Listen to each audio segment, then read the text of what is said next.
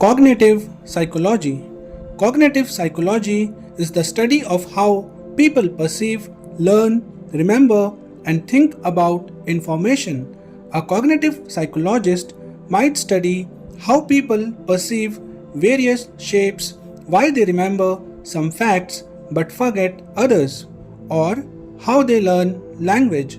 Consider some examples of everyday experiences that are also of theoretical interest to cognitive psychologists. How many times have you carefully proofread written work only to be embarrassed later by an obvious error you overlooked? Many times, what we see is determined as much by the context in which it occurs as by what is actually there, an issue of pattern recognition.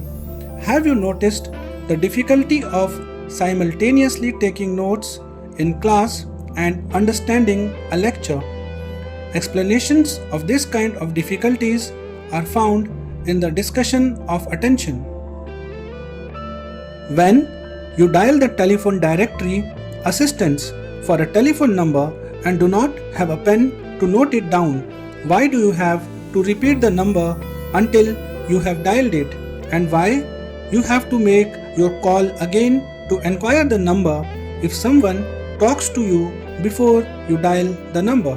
These are problems associated with the short-term memory.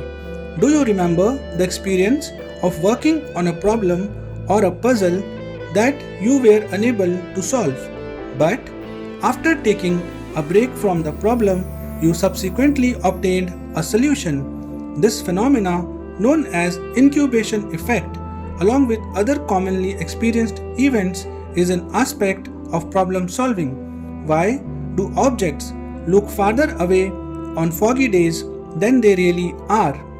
This discrepancy of perception can be dangerous, even deceiving drivers into having accidents.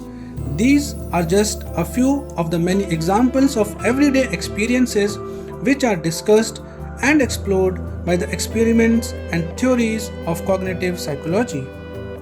2 points about these examples should be considered as we attempt to gain an overview of cognitive psychology.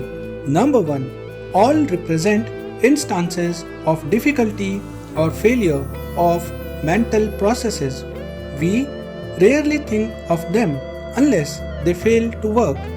Failure of mental processes are immediately noticed because they can be frustrating, embarrassing, and sometimes even dangerous, and consequently, such failures become useful tools for the psychological analysis of mental phenomena. Number 2. Cognitive psychology is interested in what is generally called mental phenomena. In this sense, the examples just discussed are consistent with the dictionary definition of cognitive psychology, that is, the scientific study of the mind.